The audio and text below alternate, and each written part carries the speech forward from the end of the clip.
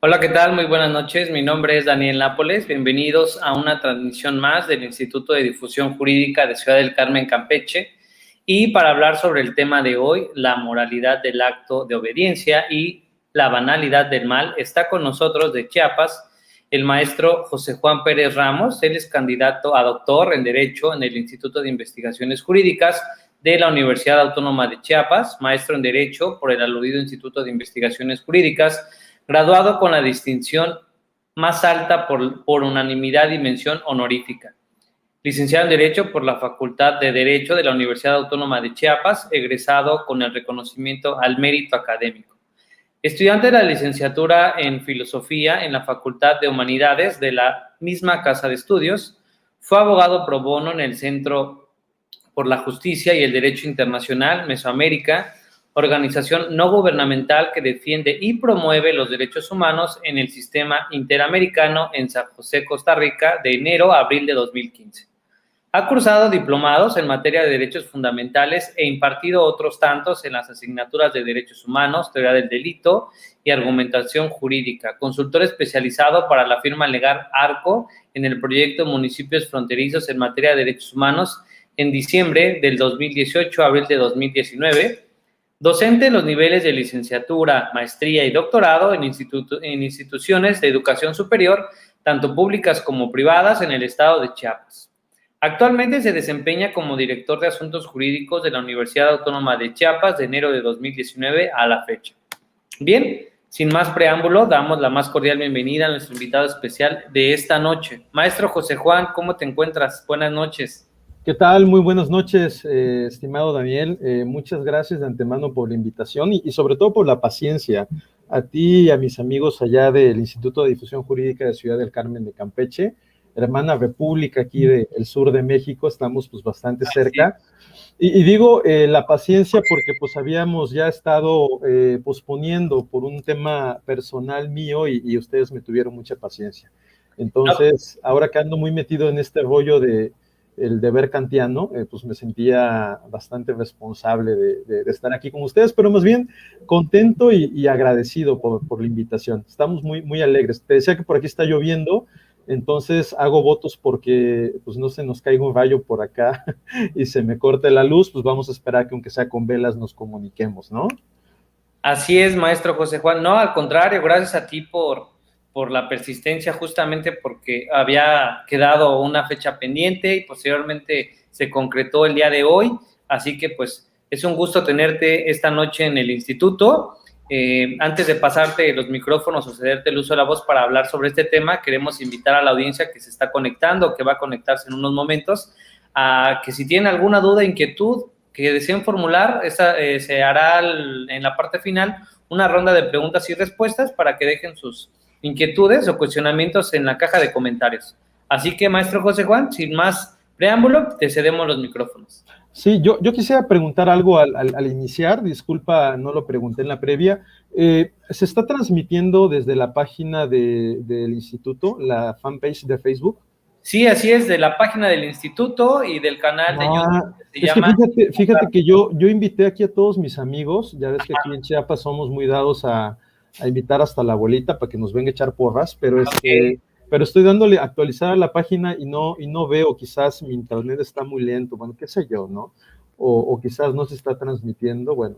Bueno, a ver, aquí tengo los 3 sitios que estamos transmitiendo. Sí, perfecto. Bueno, pues empezamos entonces. Quizás sea algún tema de actualización porque tampoco me deja verificarlo en tiempo real ahorita Vale, no te preocupes, pero es Millennium. Ok, no te preocupes, porque digo, justamente estoy entrando a la página del instituto y no se actualiza. Sí, eso es lo que yo veía porque la tengo abierta, pero bueno, si tú lo tienes bien así, podemos comenzar y pues vamos transmitiendo cuando ya se pueda, como tú me digas. Correcto, donde ya está en vivo es en el perfil de tu servidor, que estoy como Daniel Nápoles. Ah, sí, claro, te tengo agregado. Ahí sí ya está igual y si deseas compartir desde ahí. Sí. Vamos a ver si estás por ahí, si ya te estoy viendo. No, pues fíjate que hay nada más. Ah, no, sí, ya. Ahí sí, ¿verdad? No sé por qué no. no lo permite, pero bueno, mientras estás tú en el uso de la voz, voy a ir haciendo las actualizaciones correspondientes para que toda la audiencia pueda seguirnos esta noche. ¿Te No, parece? sin problemas. Adelante, Ok, adelante. Muy bien. bueno, Pues pues empezamos, ¿no? adelante. Adelante. Bueno, pues muchas gracias por la amena presentación. Yo soy muy agradecido por esta oportunidad que me dan nuestros amigos de ITJUCAR. Aquí decía yo con Daniel que habíamos tenido ya algunas conversaciones previas y que quizás por algunos azares del destino, pues no habíamos podido coincidir. Lo primero que quisiera dejar en claro es que una vez leída mi reseña, pues las opiniones que yo advierta o manifieste en esta participación, pues no representan de ningún modo a la institución a la que actualmente me debo, ¿no? Que es la Universidad Autónoma de Chiapas. Son opiniones muy personales y entonces, pues creo que esto es muy importante, dejarlo en claro que son opiniones de un servidor que pues trata de reflexionar algunos temas que le parecen interesantes.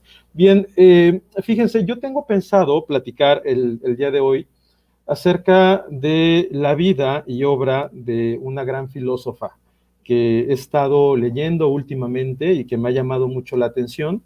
Esta filósofa, que está considerada como una de las grandes pensadoras del siglo XX por la Enciclopedia de Filosofía de Stanford, imagínense, esto es ya un dato bastante interesante, pues es Hannah Arendt, y hablar de uno de sus libros, que para mí es su ópera prima, publicado en 1963, llamado Eichmann sobre Jerusalén, que es donde la filósofa introduce el concepto de la banalidad del mal, tal como está establecido en el título de la ponencia, la moralidad del acto de obediencia y la banalidad del mal.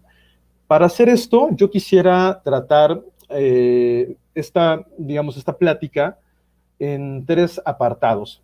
Podría yo decirlo de esa manera, que intentan no ser tan académicos, ¿no? Digamos, entiendo yo el perfil o la construcción lógica de estos espacios que son netamente de difusión, y entonces quiero ser respetuoso de esto sin meterme a muchos tecnicismos y algo que sea, digamos, de difícil comprensión. Pero me parece que sí es muy importante empezar hablando de dos conceptos que nos van a servir como introducción para poder ya después hablar del personaje sobre el cual escribe Hannah Arendt, y finalmente hablar del libro en sí mismo y de algunas peculiaridades de esta gran escritora, ¿vale?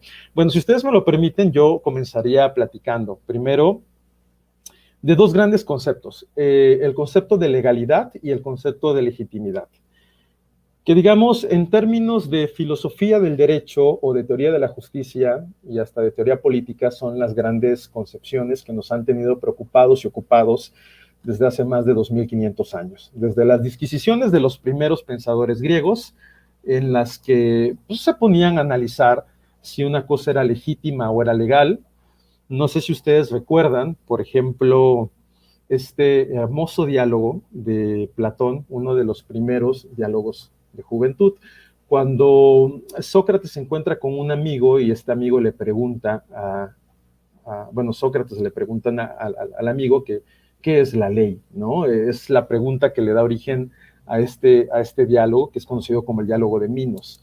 Y el amigo dice, la ley es lo que es legítimo. Y Sócrates, con ese razonamiento tan poco trabajado, pues se queda muy espantado y le dice, oye, ¿no me puedes contestar eso?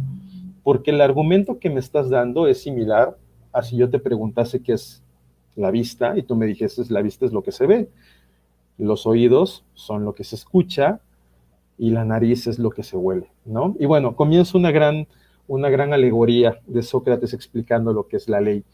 Pero por muchos años nos hemos preguntado cuál es la diferencia entre lo que es legal y lo que es legítimo.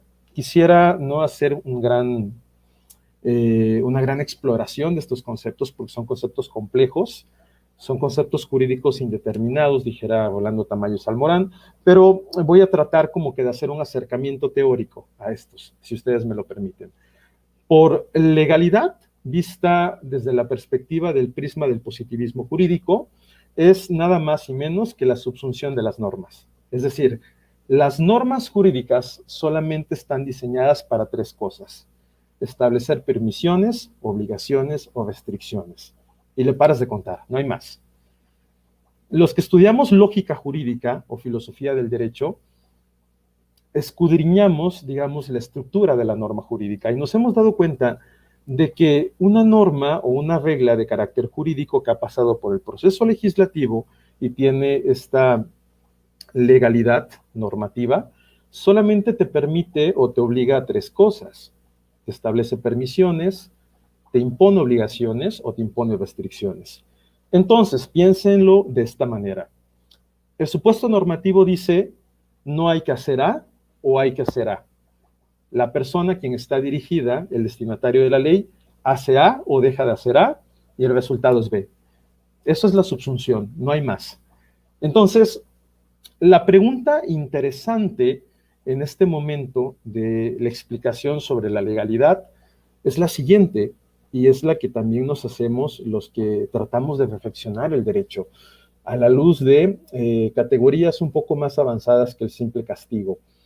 ¿Por qué el sujeto que está destinado a la obediencia de la ley decide, desde su internamiento, desde su perspectiva personal, obedecer las leyes? Esa es una pregunta que incluso a mí, al auditorio que hoy nos escucha, a las personas que están conectadas, pues me gustaría, ¿no?, que pudieran, pues quizás ir poniendo algunos comentarios, algunas ideas que consideren prudentes en la caja de comentarios.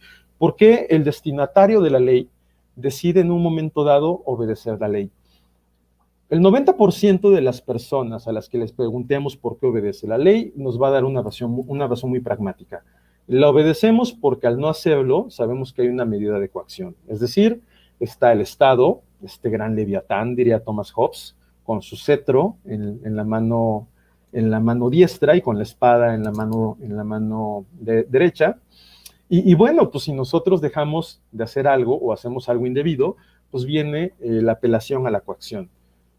Y un número muy reducido de personas quizás nos diría que obedece las leyes porque considera que su obediencia realmente es lo más benéfico para sí, para su alma. Y ahí es donde entramos al concepto de legitimidad. Hay legitimidad cuando el destinatario de la norma jurídica la obedece no por la apelación a la coacción, sino porque ha determinado que el poder que produce estas normas es legítimo. Es decir, le da la connotación de legitimidad a aquello que puede ser obedecido mediante la creencia ciega de que lo que está haciendo es lo adecuado. Piénsenlo así. Cuando sus padres o sus madres o sus tutores, quienes los hayan criado desde pequeños, les decían, vamos al doctor, y tú sabías que te iban a poner una inyección. Y tú no querías ir, obviamente, pero sabías que la voz del padre o de la madre o del abuelo, de la abuela, o del tío, o de la tía, era una voz legítima, y tú confiabas en ella. Las categorías de legalidad y legitimidad están, si bien no en una escisión de contradicción, pero sí se plantean desde términos distintos, ¿vale? No sé si hasta aquí me voy explicando, porque me parece que esto es muy importante que ustedes lo puedan comprender. Hay legitimidad, piénsenlo así, cuando la norma obedece a un estándar mínimo de principios éticos y de moralidad. Y hay legalidad cuando simplemente la norma se cumple en sus términos. Piensen ustedes que una norma dicta que hay que cobrarle más impuestos a los que menos tienen, que hay que cobrarle más impuestos a los que menos tienen y menos impuestos a los que más tienen. En términos de la legalidad, diríamos que es una norma adecuada porque es lo que está escrito en la ley. Pero en términos de legitimidad, diríamos, pues es que no es justo como a alguien que gana tan poquito, a alguien que gana 5 pesos, le quitas 4 pesos. Y al que gana 1,000,000, le quitas 4 pesos. Por simple lógica deductiva, tú dirías, esto es incorrecto, ¿vale? Entonces, me parecía a mí que esto era muy importante porque quería yo empezar haciendo esta distinción en lo que teoría constitucional denominamos un Estado democrático y un Estado de derecho. Un Estado de derecho es un Estado puro y duro, es decir, un Estado en el que se aplican las normas jurídicas de la A a la Z. Funciona con principios lógicos. Si A es, B debe ser. Pero un Estado democrático es un Estado en el que se respetan derechos fundamentales y garantías mínimas que permiten equilibrar la balanza entre la convivencia social. Bien, una vez explicado esto, voy a empezar ya a hablar del hombre del que vamos a platicar el día de hoy. Que quizás muchos de ustedes conocen la historia. Yo me declaro que no soy experto en los temas de la Segunda Guerra Mundial. Soy un aficionado que trata de estudiar estos eventos históricos, que es otra de mis áreas del conocimiento favorita, la historia, y entenderlos desde la perspectiva de la psicología, de la antropología, del derecho, de la filosofía. Y entonces vamos a plantear el tema de uno de los grandes líderes del régimen nacional socialista, Adolf Eichmann. Antes de esto, vale la pena decir que, como ustedes saben, una vez terminada la Segunda Guerra Mundial, el mundo pasa por un proceso de reconfiguración. Los países aliados, que son los países que ganan, si podríamos decirlo así, la Segunda Guerra Mundial, organizan una serie de juicios, los clásicos y muy conocidos y popularizados juicios de Nuremberg, que son los juicios en la ciudad donde precisamente años atrás Hitler había declarado las normas que le dieron el basamento al régimen nacional socialista. Y lo que pasa en los juicios de Nuremberg, de conformidad con el Tratado o la Carta de Londres, es que Estados Unidos y las naciones vencedoras van a juzgar a 24 de los principales dirigentes nazis, de los que quedaron vivos, porque recuerden ustedes que muchos de ellos pues decidieron un final un poco más pragmático, un poco más pronto, que fue el suicidio.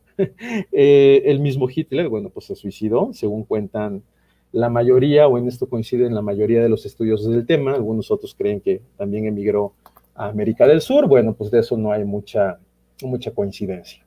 Pero de estos 24 acusados, fíjense ustedes, esto es un dato muy interesante, el Tribunal de Nuremberg dictó 12 condenas de muerte, 7 de prisión y 3 absoluciones. Un dato interesantísimo es que al menos 4 procesados, digamos, en toda esta secuela procesal de estos juicios, se suicidaron antes o después de escuchar la condena. O sea, imagínense ustedes a alguien por quien ha pasado la muerte de miles de judíos y que después es llevado a un juicio. Y bueno, quién sabe, ¿no? El tema de la presión mediática, el tema de el estrés postraumático, no lo sé, pero llevó a que muchos fueran o tomaran esta determinación de terminar con su vida antes de ejecutar la sentencia. Pero pasa algo muy interesante, que a estos juicios, curiosamente y de manera deliberada, obviamente, pues no fueron invitados los principales agraviados. ¿Quiénes eran los principales agraviados? Pues el pueblo judío. Se estima que aproximadamente 11 millones de judíos murieron en el Holocausto. Entonces, si el principal pueblo ofendido, lacerado, al que se le practicó este genocidio fue el pueblo de Israel, para Israel era ilógico que ellos no hubiesen formado parte de los tribunales de Nuremberg. O sea, decían, bueno, nosotros que fuimos la raza que sufrió, claro, también sufrieron los polacos, los testigos de Jehová y otras minorías étnicas, pero 11 millones de judíos asesinados en la Segunda Guerra Mundial y que no hayamos sido invitados a estos juicios, para empezar, nos parece antiético, ¿no? O sea, es un tema ahí de que no puede adjudicarse a Estados Unidos digamos, la venganza, no decir la venganza, sino la justicia que debería de haber tomado el pueblo de Israel. Pero bueno, sucede que muchos de estos criminales de alto rango no fueron detenidos ni juzgados en los tribunales de Nuremberg. Y de hecho, fíjense cómo es la situación. Las SS se caracterizaban por ser una unión, digamos, una asociación muy hermética. La traición era condenada con pena de muerte.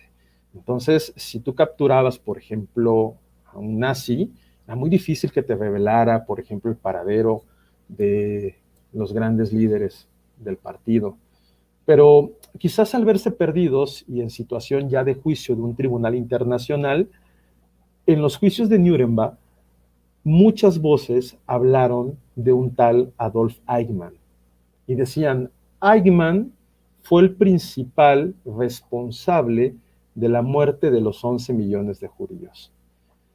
Claro, cuando pasa esto y termina la guerra mundial, lo que hace Adolf Eichmann es quemar toda evidencia, fotografías, cartas, firmas donde él decía, vamos a ejecutar a los judíos, etcétera, etcétera.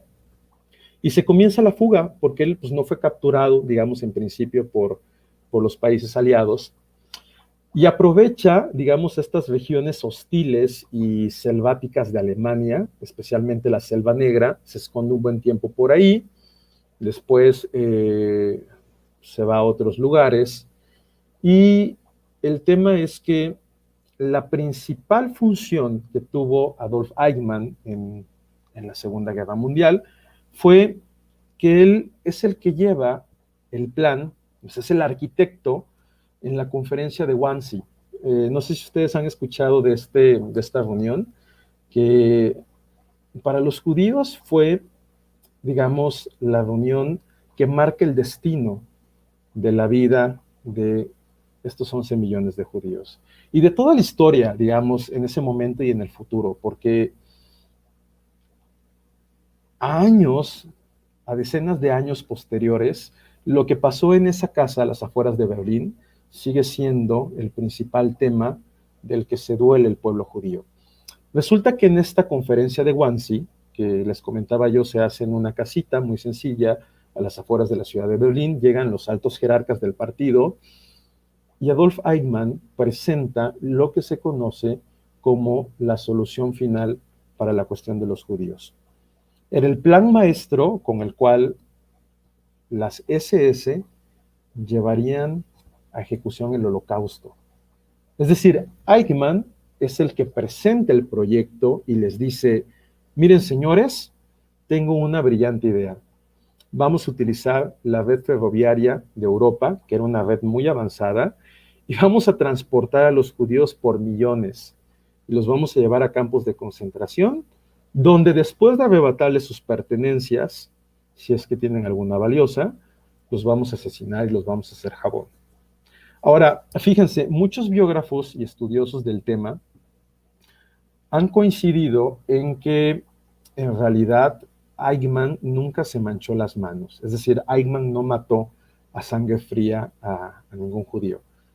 Digamos, esa es la presunción generalizada que se da de esta idea de Adolf Eichmann.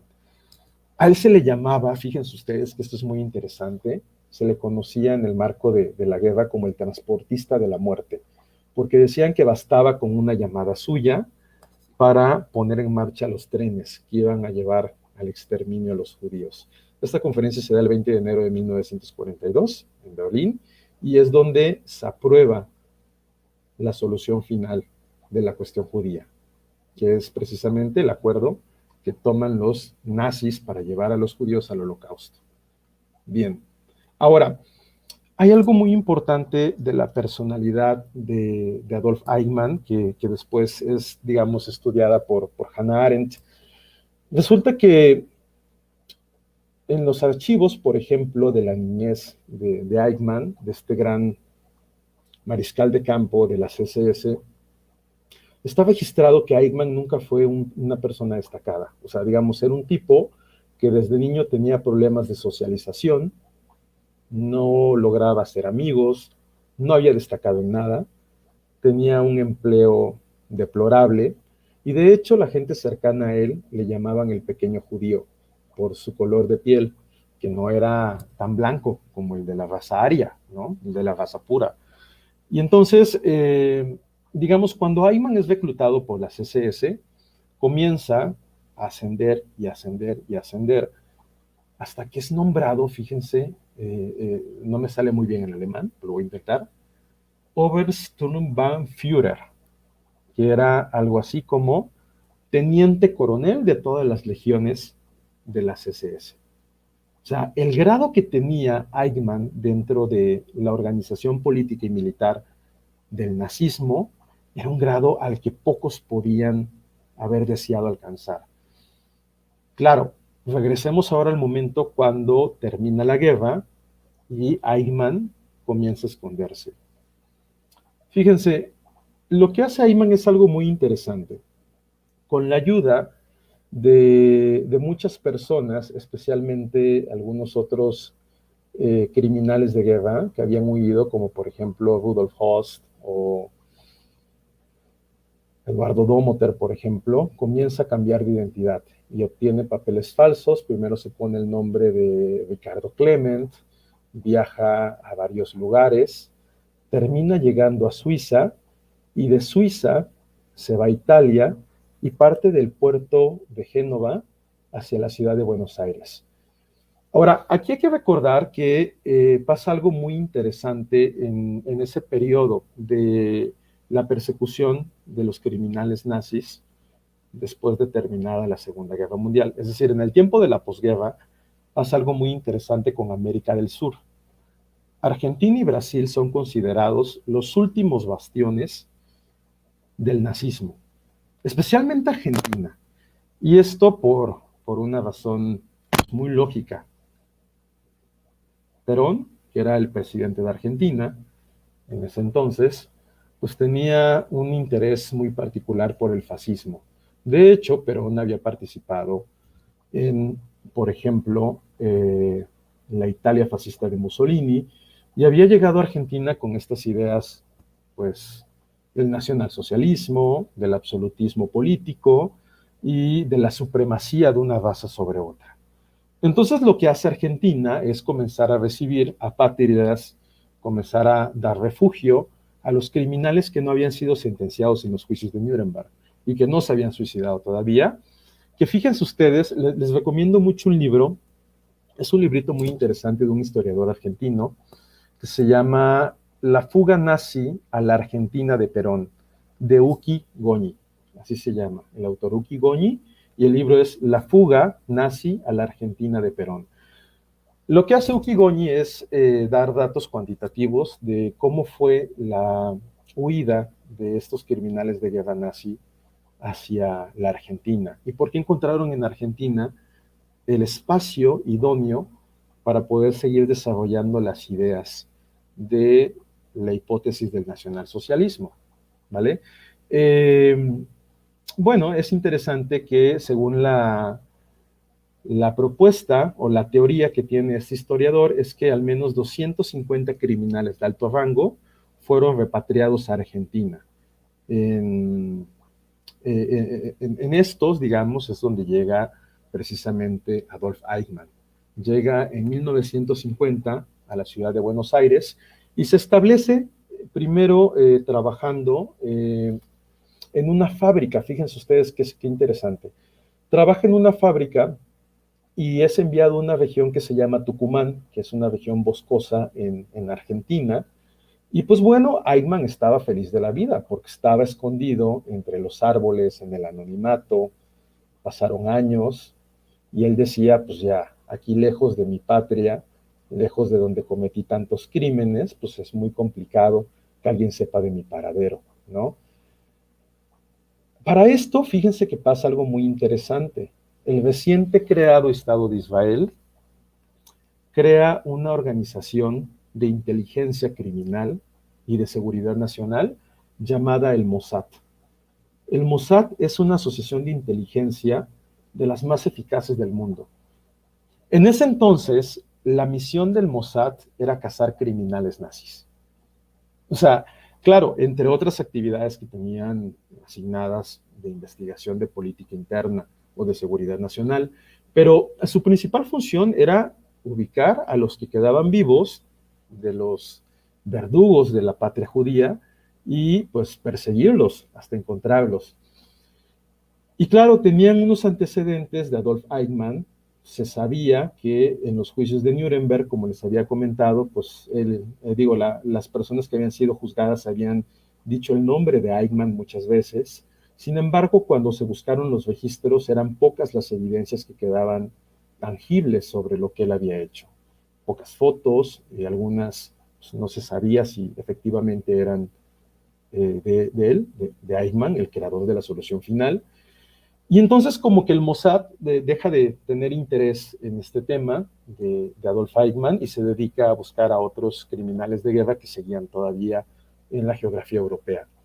Pero resulta que después de 5 o 6 años de estar trabajando Eichmann en Tucumán, en Argentina, la empresa, que curiosamente era una empresa alemana para la que él trabajaba, claro, por eso tenía este empleo, pues rompe las relaciones con el Estado argentino, ¿no? Terminan los contratos y entonces tiene que regresar a la capital, a Buenos Aires.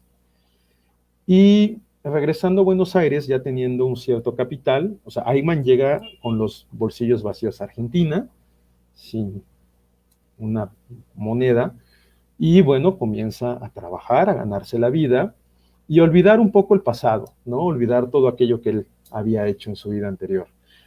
Y una vez que tiene el patrimonio suficiente, compra una casita en el centro de Buenos Aires y le escribe una carta a su esposa, que vivía en Austria. Pero no la firma como Eichmann, por supuesto, sino la firma como Ricardo Clement, que era el nombre con el cual había llegado a Argentina, con un pasaporte falso que se estila fue otorgado por el Vaticano. A petición de la Cruz Roja Internacional, llega como un protegido de guerra, como un apátrida, ¿no? Que huye de estas revoluciones que hubieron en Alemania y en Europa en esa década. Bien, y entonces lo que pasa es que pues la familia de Eichmann llega a Buenos Aires, se establecen con él en una casita de interés social.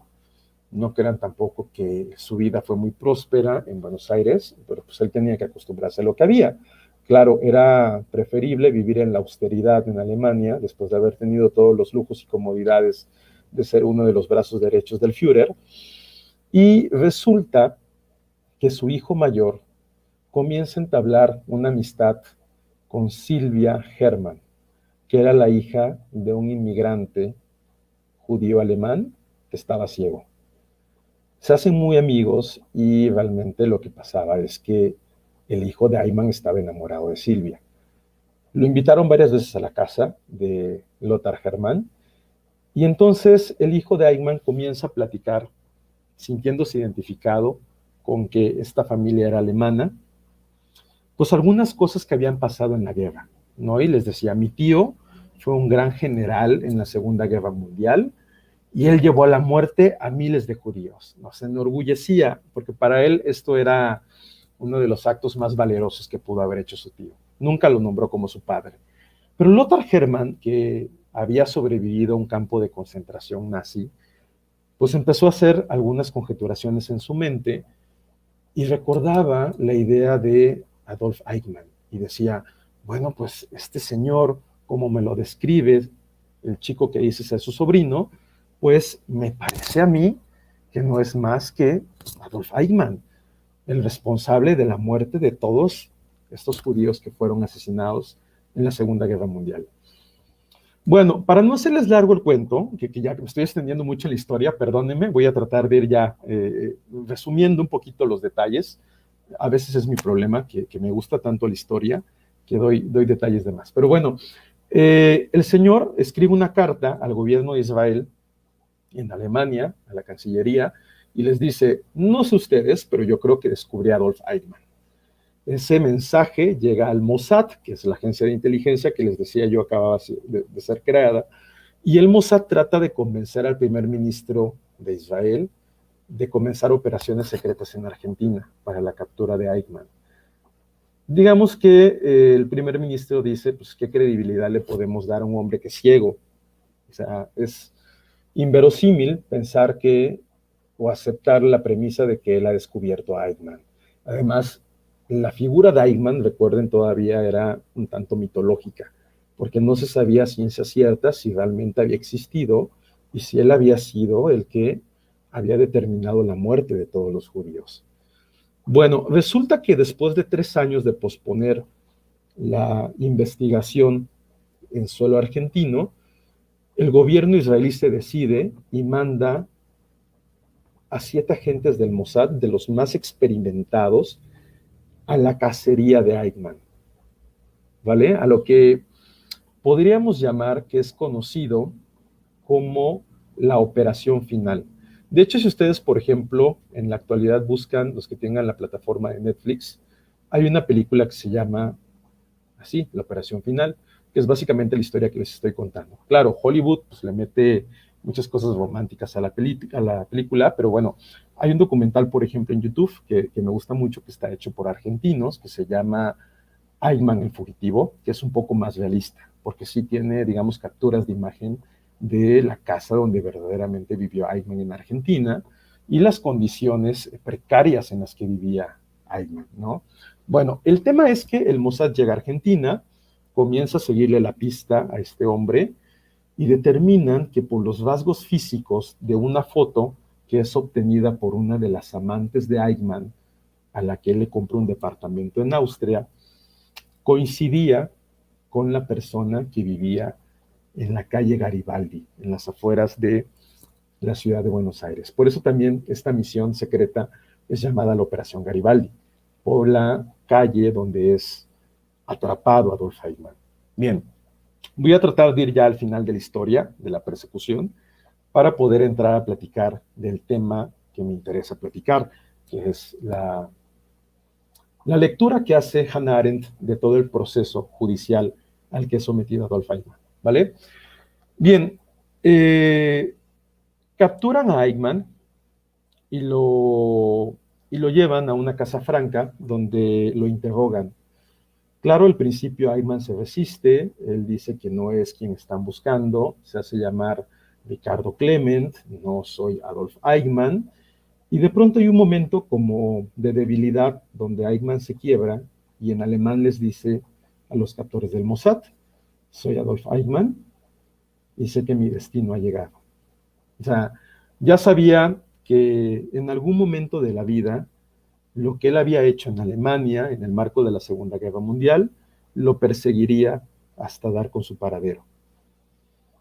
Ahora, el problema era que en ese momento Argentina no autorizaba deportaciones de criminales nazis. O sea, era imposible sacar un nazi del pueblo argentino para llevarlo a otro lugar. Todas las peticiones de extradición de criminales de guerra nazis eran negadas por Perón. La única solución que tenía el Mossad eran dos. Bueno, más bien eran dos soluciones o dos ideas. Era una coyuntura, era, digamos, un dilema. Una era matarlo en Argentina, dispararle y ya. Pero esa era la menos salomónica. La otra era secuestrarlo y llevarlo a Jerusalén y someterlo a un juicio.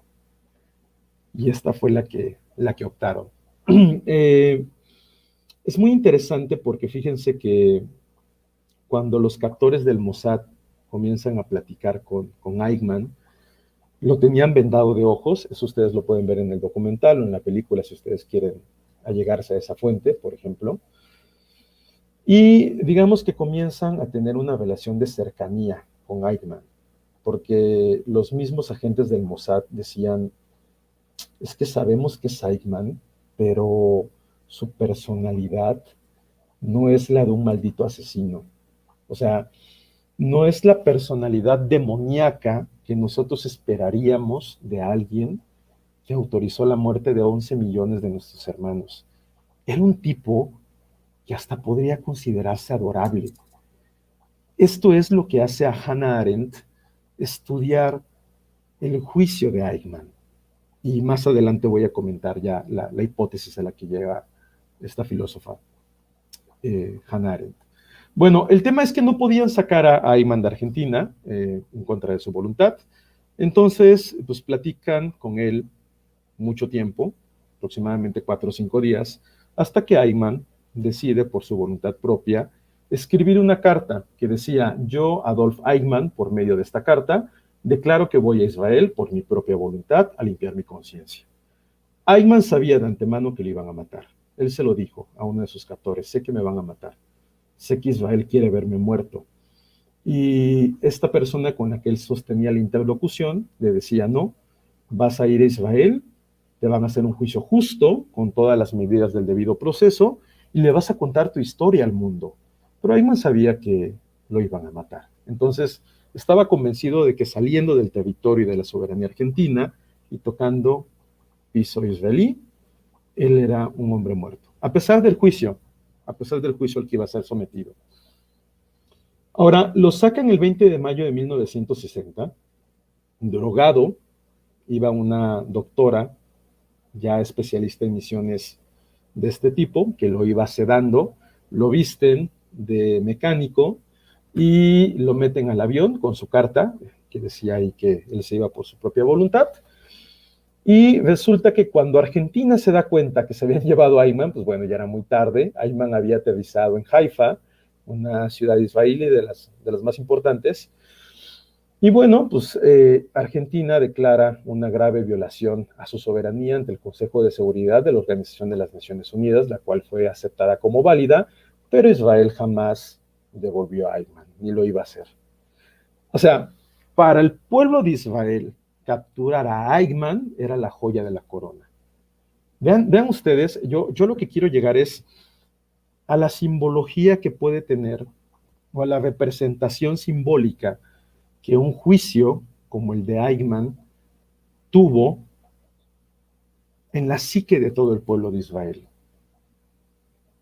Vean, el juicio de Adolf Eichmann fue televisado por todas las estaciones de radio, de televisión del mundo y de el pueblo de Israel, obviamente. La idea era que Israel le quería decir a la comunidad internacional que ellos también eran capaces de juzgar a sus verdugos. Ya que habían sido obviados de los tribunales de Nuremberg, esta vez tenían en su poder al más terrible carnicero que era Adolf Eichmann, y no lo iban a dejar irse de nuevo a Argentina por ningún motivo. Yo quisiera leerles nada más algunas, digamos, algunas declaraciones que me parecen muy importantes. Voy a hacer algunas citas textuales, ¿no? Digamos, que hace, por ejemplo, Peter Malkin, que fue la persona con quien más relación tuvo Eichmann, con quien logra sostener, podríamos incluso admitir una relación de amistad. Peter Malkin dice lo siguiente: Eichmann era un hombrecito suave y pequeño, algo patético y normal. No tenía la apariencia de haber matado a millones de los nuestros. Y más adelante declaró: lo más inquietante de Eichmann es que no era un monstruo, sino un ser humano. De hecho, en la película, por ejemplo, si ustedes quieren verla, hay una parte donde él aconseja que se comprometiera con su novia. O sea, Eichmann hace la función de un abuelo cariñoso que le da un consejo a este chico que lo había capturado, ¿no? Es una parte muy interesante. Bueno, el tema es que, ya voy a llegar, digamos, a la conclusión de esta segunda parte. Eichmann es pasado a juicio en Jerusalén, se crea un tribunal especial, y fíjense ustedes la primera declaración que hace Gideon Hausner, que fue el fiscal de la causa, en el alegato de inicio. Dice lo siguiente, cito textualmente: no estoy solo aquí, junto conmigo se levantan la acusación de más de 11 millones de muertos. El juicio inicia el 11 de abril de 1961.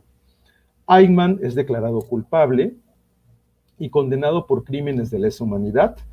La sentencia, que fue la horca, fue cumplida el 31 de mayo de 1962 en la prisión de Ramla. Sus últimas palabras son muy interesantes. Vean ustedes lo que dice Eichmann: larga vida Alemania, larga vida Austria, larga vida Argentina. Estos son los países con los que más me identifico y nunca los voy a olvidar. Tuve que obedecer las reglas de guerra y las de mi bandera. Estoy listo para morir. Ahora, fíjense, más adelante, Simon Samuels, que fue el director del centro Simón Wiesenthal, que fue una organización dedicada a documentar a las víctimas del Holocausto judío, y que se fundó en honor a el gran Simon Wiesenthal, que fue un cazanazis austriaco, declaró lo siguiente. Fíjense ustedes lo que él dice respecto a la personalidad de Eichmann. Eichmann representa la banalidad del mal, un burócrata gris que con pasión hace su trabajo. De listas con 11 millones de seres humanos marcados por la muerte solamente por ser judíos. No mató a nadie, pero como el arquitecto él es el responsable, faltó una cosa, lo más importante, remordimiento. Jamás nunca Ayman ha expresado ni una palabra de remordimiento por sus víctimas. Nota, este juicio, que es conocido como el juicio del siglo en Israel, es el único en la historia del creado Estado sionista de Israel en el que se ha aplicado la pena de muerte. No ha habido otro juicio en la historia de Israel donde la pena capital sea aplicada a nadie. O sea, fue un juicio destinado para mandarle un mensaje al mundo, para juzgar a un gran criminal y darle la medida adecuada que sus acciones en el pasado lo habían llevado a merecer. Recuerden que había una opción, matar a Ayman en Argentina y decirle a los judíos que estaban en Israel, que bueno, Ayman ya había muerto, pero eso no era una medida restitutiva desde la perspectiva de el pueblo de Israel. Querían que enfrentara un juicio público. Ahora, aquí es donde entra esta gran filósofa de la que yo les hablaba, que ya es la tercera parte de mi exposición. Voy a tratar de que sea lo más rápida posible, pero es la parte quizás más importante, porque la otra es la contextualización, y esta es la parte del estudio de fondo del juicio de Eichmann. Hannah Arendt, que en ese entonces pues, trabajaba en muchas chambitas, podríamos decir. Arendt es una de esas grandes filósofas de la historia que por ser mujer ha sido, o no le ha sido otorgado el espacio y el lugar que tendría que tener en historia del pensamiento crítico del mundo. Pero Hannah Arendt en realidad fue una mujer tan inteligente que inclusive detestaba que a sí misma la llamaran filósofa. O sea, tenía esta ironía socrática de decir, yo no soy filósofa, simplemente hago trabajos de teoría política. Jamás dijo de filosofía política, que esto es muy interesante. Y bueno, Hannah Arendt nace en Alemania el 14 de octubre de 1906. Sin embargo, digamos, en el año del 37, fue encarcelada por la Gestapo durante 8 días y les retirada la nacionalidad. Empieza a emigrar, se va a Estados Unidos, y fíjense que en Estados Unidos ella pues comienza a hacer varias chambitas, ¿no? Pero no chambitas, digamos, sencillas. Por ejemplo, va un dato para que se den un quemón. Fue la primera mujer como maestra invitada de la Universidad de Princeton. O sea, cuando Arendt llega a una de las universidades más importantes del mundo, miembro de la Ivy League, de esta sociedad de las 12 mejores universidades del mundo, es la primera mujer que da clase en Princeton. Fue empleada también por la Universidad de Berkeley en California, por la Universidad de Chicago, por la Universidad de Yale, otra de la Sociedad de Hiedra, de la Ivy League. Y bueno, termina su obra académica en el Colegio de Brooklyn de la Universidad de Nueva York, que es donde ella muere, en la ciudad de Nueva York. Fíjese, una de las cosas interesantes de su personalidad de Arendt es que a los 14 años había leído, según sus biógrafos, ya la crítica de la razón pura de Immanuel Kant. Digo, no sé ustedes, pero yo a los 14 años estaba leyendo Los Tres Cochinitos. Y Hannah Arendt ya había leído la crítica de la razón pura y la psicología de las concepciones del mundo de Karl Jaspers. Fue alumna de nada más y nada menos que de grandes filósofos de la talla de Martin Heidegger y de Karl Jaspers, que es precisamente él quien le dirige su tesis de doctorado.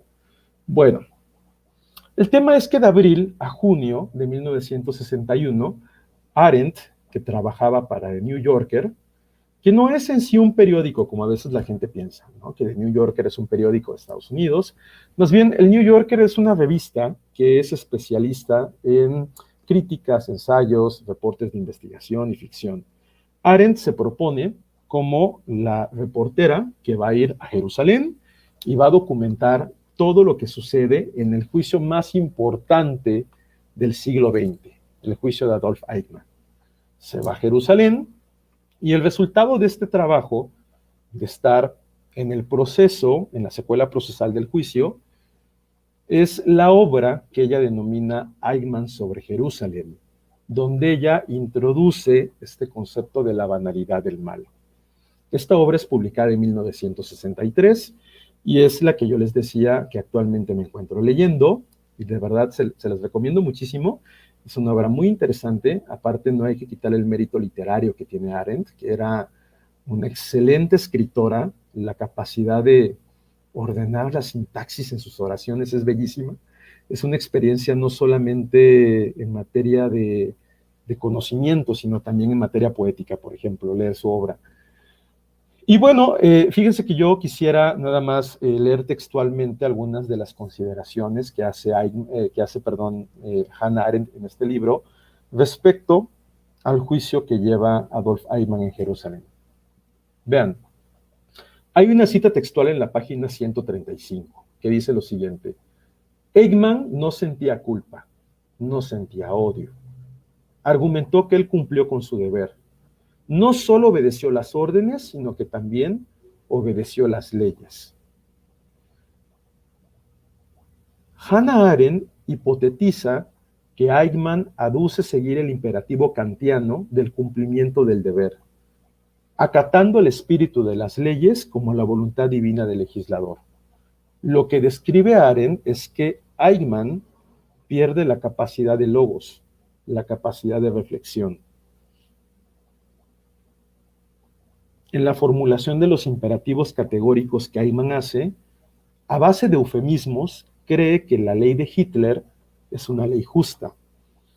Los eufemismos no son otra cosa más que decir una palabra que trata de minorizar, digamos, la sensación de molestia que pudiera causar la palabra en sí misma. Por ejemplo, si tú me vas a decir que soy un cochi gordo panzón, pues me dices eres un gordito. Ese es un eufemismo.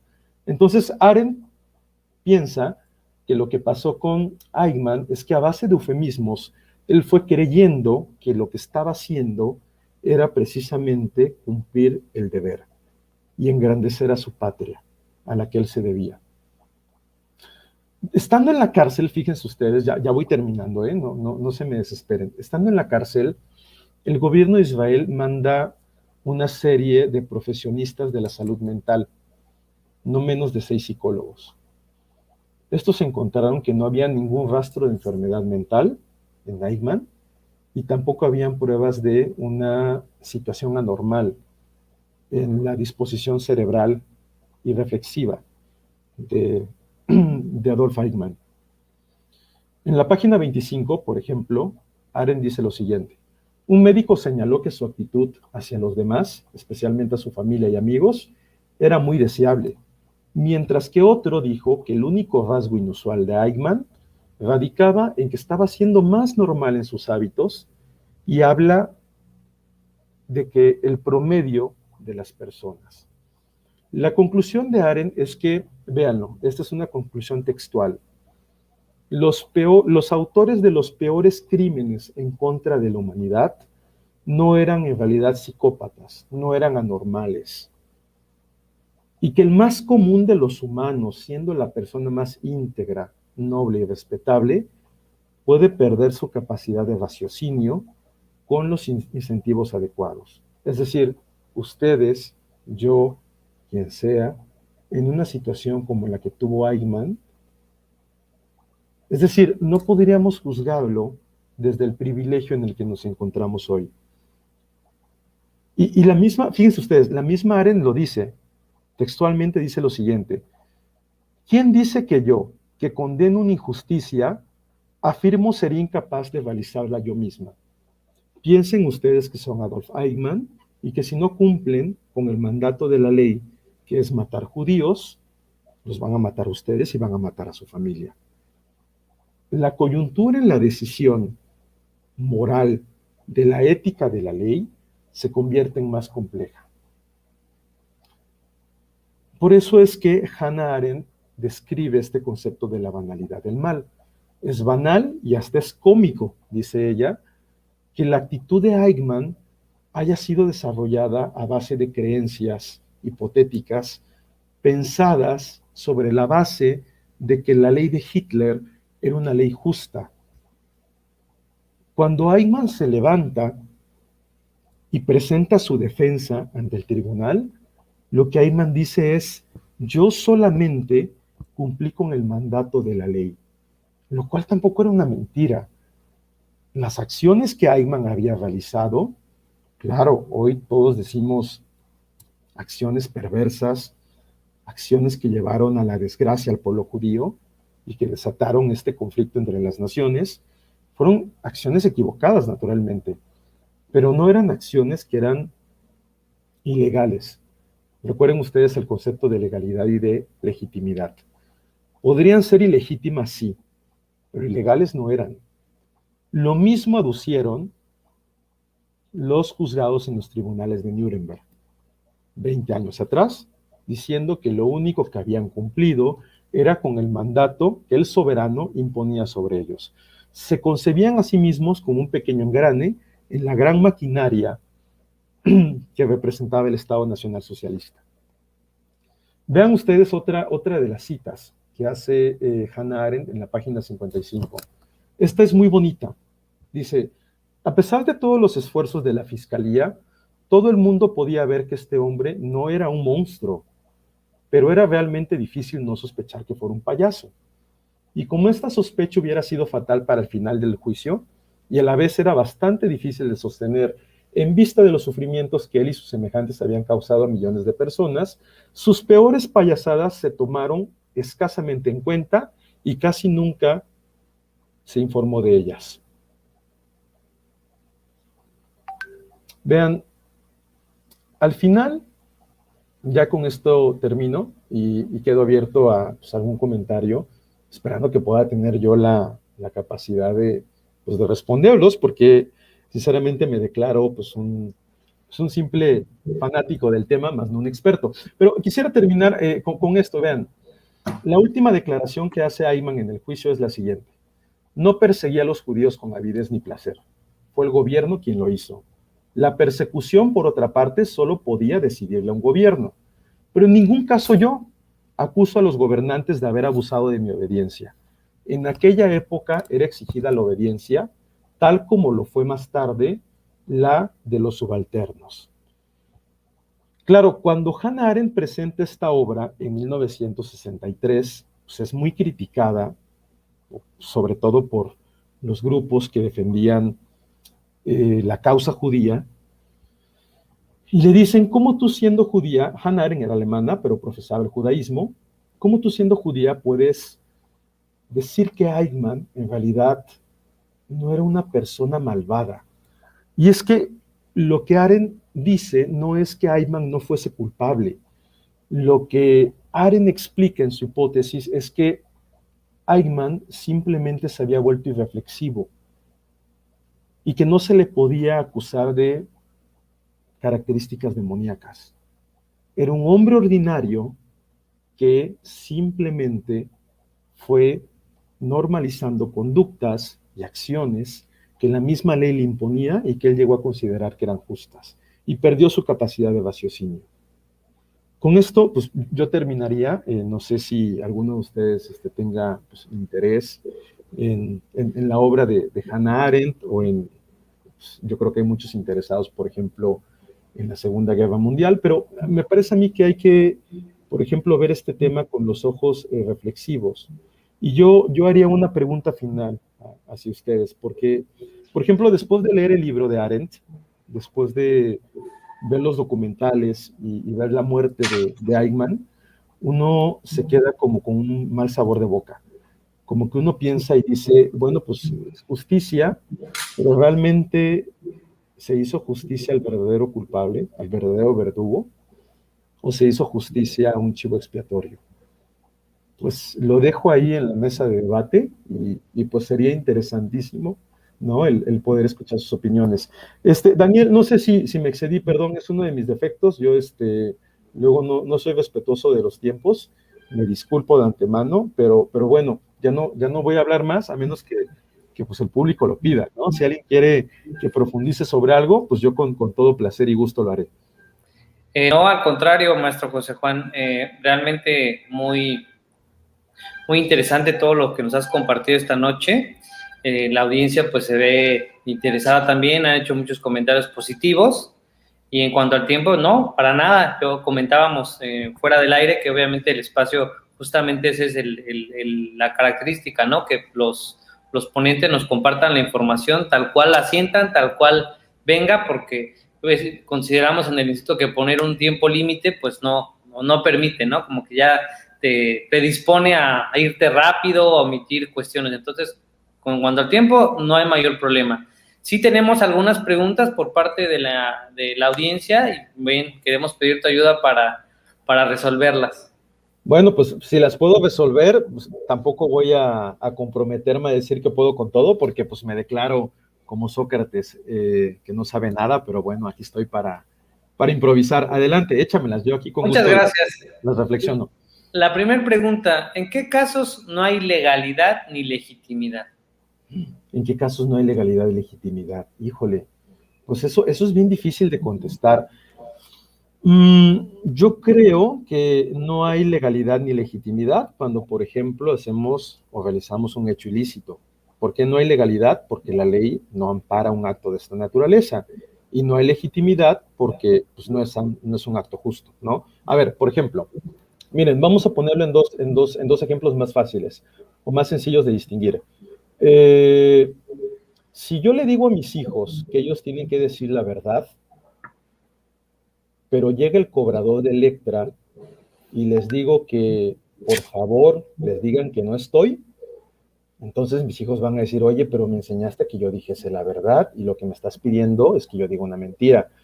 El padre, en este caso yo, que le pido eso a mis hijos, si ese fuera el caso, pierdo legitimidad, porque quienes están creyendo en que soy una autoridad, no por el castigo y la coacción que puedo hacer a ellos, pues van a perder ese sentido de seguir el mandato mío porque van a dejar de creer en mí. Y la legalidad pues simplemente deja de existir cuando no se adecua a las reglas lógicas que establecen los imperativos normativos. Ahí, digamos, no es muy difícil pues de explicar. Básicamente cuando algo no se adecua a la norma, pues no es legal y ya está. Pero la falta de legitimidad es más complicada. Y además, esto es interesante porque los teóricos han informado que esta se subdivide en el ámbito político y en el ámbito jurídico. Por ejemplo, un gobierno va a ser legítimo siempre y cuando, por ejemplo, sea coincidente con sus principios. O sea, digamos, si yo soy el partido verde ecologista, pero pues me pongo a hacer reformas que atentan contra el ambiente, pueden ser legales, pero no son legítimas. Estás contradiciendo lo que crees o lo que le has dicho a la gente que son tus bases de creencias, ¿no? Eso es, digamos, en términos políticos, pero en términos jurídicos, la ley es legítima cuando pasa por el tamiz de la justicia, o al menos de la consideración ética. Es el ejemplo que yo ponía al principio. Si un legislador hace una ley que dice que las personas, no sé, pobres tienen que pagar más impuestos, pues puede ser legal porque pasó por el proceso legislativo, pero todos vamos a considerar que no es legítimo. La vamos a obedecer por miedo a la coacción y no la vamos a obedecer por gusto. Fíjense que esta era una de las características importantes que, por ejemplo, apunta en las leyes Platón, que el pueblo griego o la primer democracia griega tuvo éxito porque los destinatarios de la ley obedecían la ley creyendo y al hacerlo se convertían en mejores seres humanos, en mejores ciudadanos. Claro, pensando que la ley era creada por el legislador filósofo, no una persona entendida de leyes y que iba a llevar por un camino adecuado la ley y al pueblo ateniense.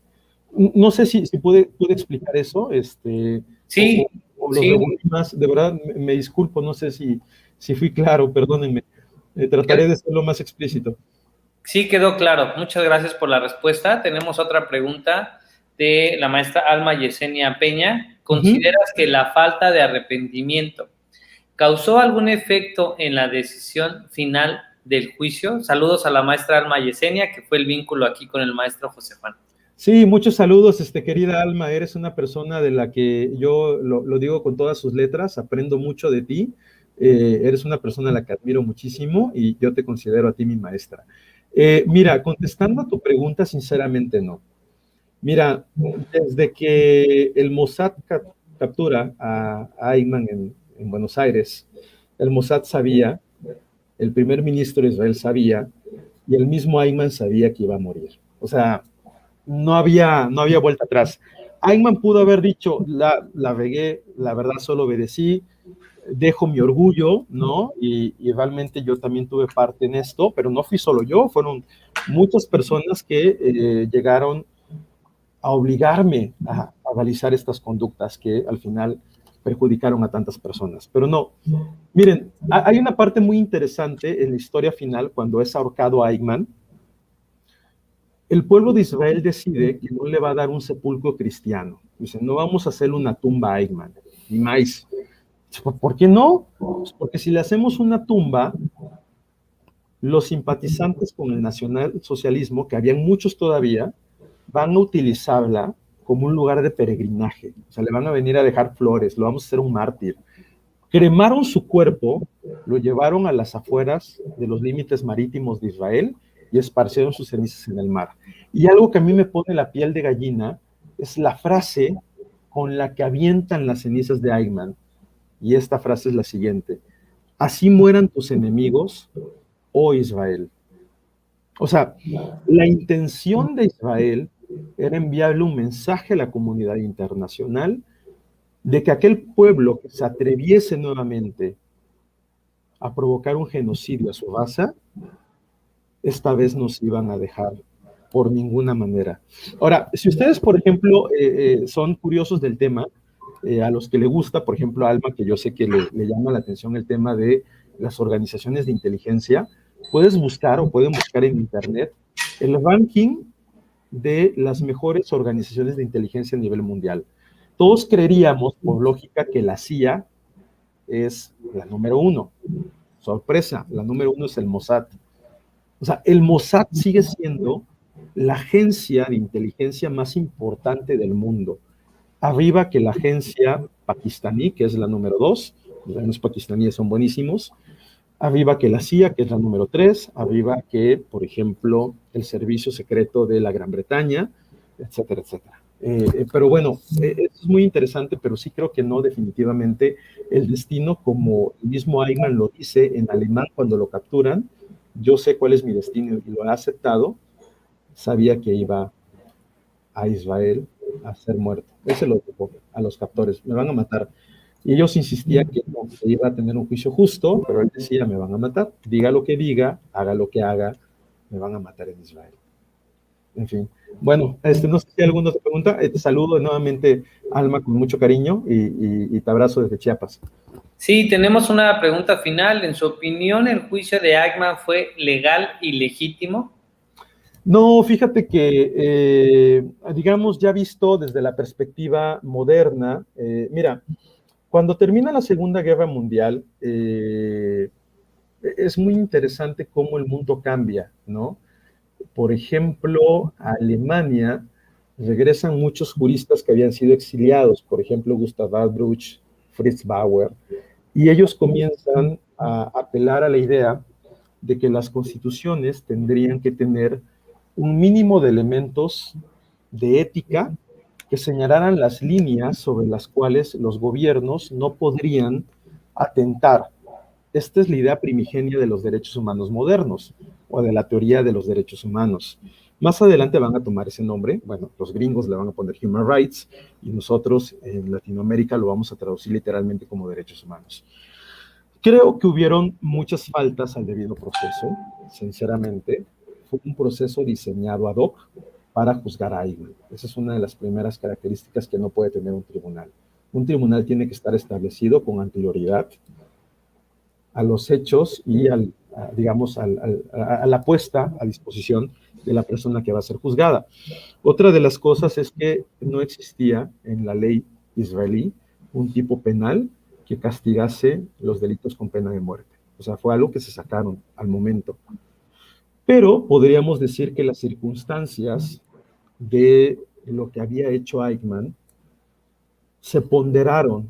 Por ejemplo, cuando el primer ministro le pregunta a su brazo jurídico si era correcto lo que iban a hacer, o sea, le dice, ¿es legal lo que haremos? Le dice, no, pero si tú haces un ejercicio de ponderación y matas a uno para hacer justicia por 12 millones, el bien mayor subsuma el bien menor. Entonces, el daño que vamos a realizar es mucho menor al daño que esta persona le hizo a nuestro pueblo.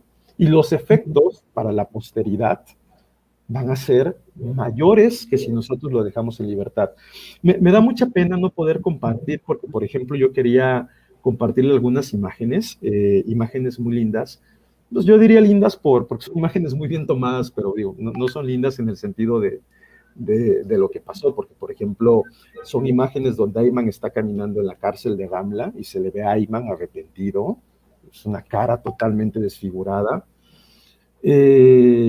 Se ve, por ejemplo, a los judíos en las esquinas con sus radios, como si estuvieran en México presenciando un mundial de fútbol y México jugando a la final. Y cuando se dicta la sentencia de muerte, son 6 millones de judíos que se levantan en aplausos y en gritos. O sea, por eso es llamado el juicio del siglo.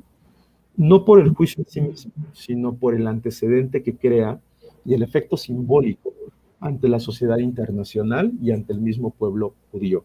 Pues yo no les quito más tiempo, voy a dejarles mi correo si ustedes gustan. No sé si pudiera yo enviarles mayor información o si quisieran que pudiéramos ampliar, digamos, este tema posteriormente, ustedes me dicen. Y pues yo encantado de platicar de estas cosas. Solamente no me pongan a platicar de la miscelánea fiscal y del código mercantil porque realmente ahí sí soy incompetente, pero estos temas de historia, de reflexión filosófica del derecho, a mí me apasionan mucho. Pues bueno, quedo a tus órdenes, Daniel. Tú dime, voy nada más tantito aquí a ponerle el cargador a la computadora, ya se me está descargando. Claro. Bien, no olviden estar pendientes de nuestras transmisiones. Normalmente son los martes y los jueves, de 7:30 de la noche en adelante.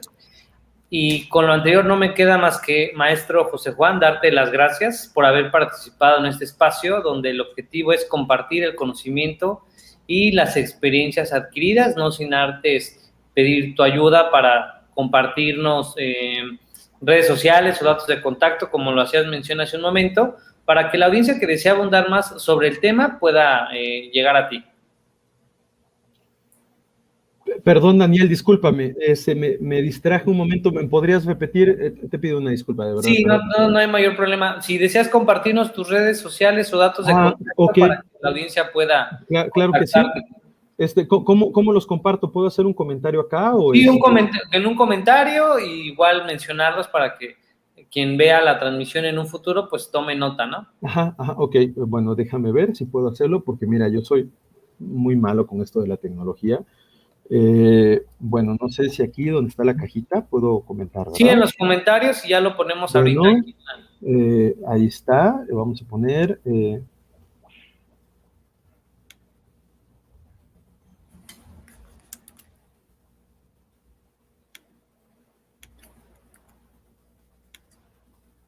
ahí voy, ténganme tantita paciencia, que soy medio... Sí, ya los estamos poniendo, descuida sí, ya. Sí, disculpen. Es un poquito ya está la liga de Facebook. Y a continuación vamos a poner o a mostrar el correo electrónico. Sí, déjeme nada más, me falta un espacio de comunicación. Ahora mismo te lo mando, nada más que digamos,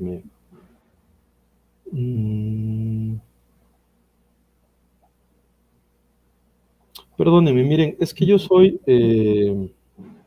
como dice mi jefe, yo soy AC antes de las computadoras, no antes de Cristo. Entonces, soy un poco lento con estas cosas. Quería pasarles mi perfil profesional, pero aquí está, ya lo encontré. No soy tan malo al final. Déjenme, ahorita se los hago llegar también. Sí. Ahí les va. Y bueno, tengo también, ahora les pongo...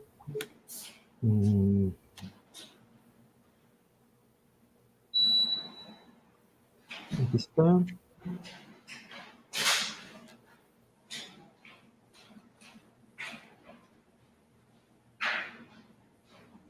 No sé si tú me puedes ayudar a irlo compartiendo. Sí, ya estamos en eso.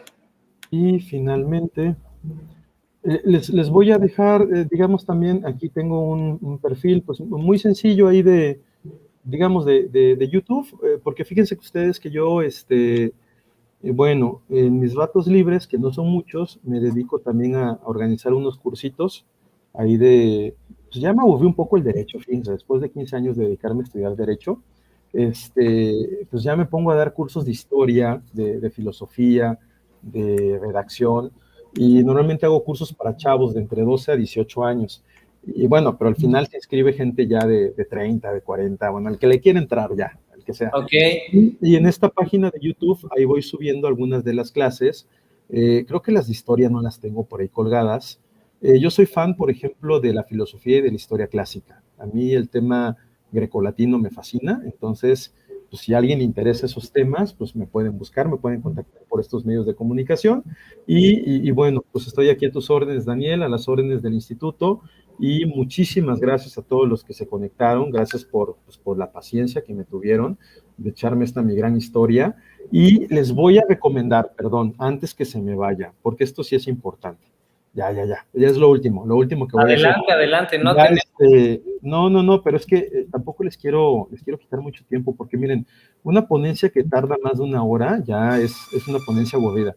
Entonces, déjenme nada más, les recomiendo, por ejemplo, si se quedaron, digamos, con ganas de conocer el fondo y la historia bien descrita, porque yo soy un poquito malo con la memoria, este documental que tarda 50 minutos, está en YouTube, es fácil de conseguir, se llama Eichmann el Fugitivo. Yo se los recomiendo muchísimo, se los recomiendo para que ustedes lo puedan ver. Y finalmente, pues les quiero recomendar a los que tienen plataformas de streaming, como por ejemplo, pues Netflix, que es la más popular, ver la película, lo voy a poner.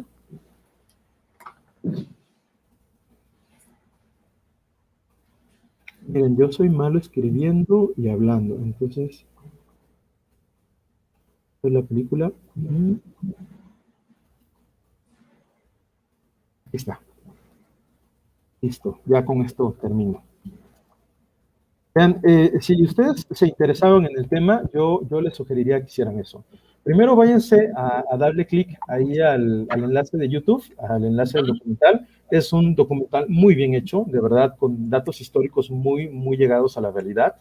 Y después ya se van a ver la película en Netflix, que ya tienen una base, digamos, un poquito fundamentada.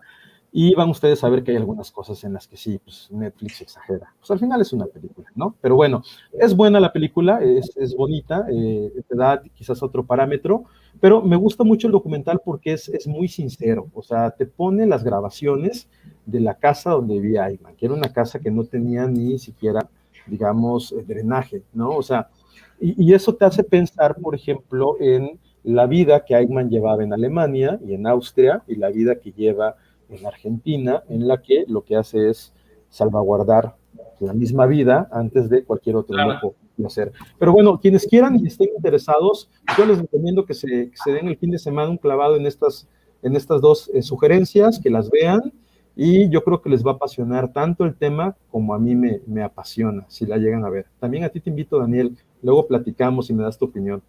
Claro que sí, con mucho gusto. Bien, pues con lo anterior insisto en el agradecimiento por parte del instituto por haber participado en este espacio donde el objetivo es compartir el conocimiento y las experiencias adquiridas. Esperamos haya sido de tu agrado la participación, para nosotros lo fue y nos vemos en la próxima.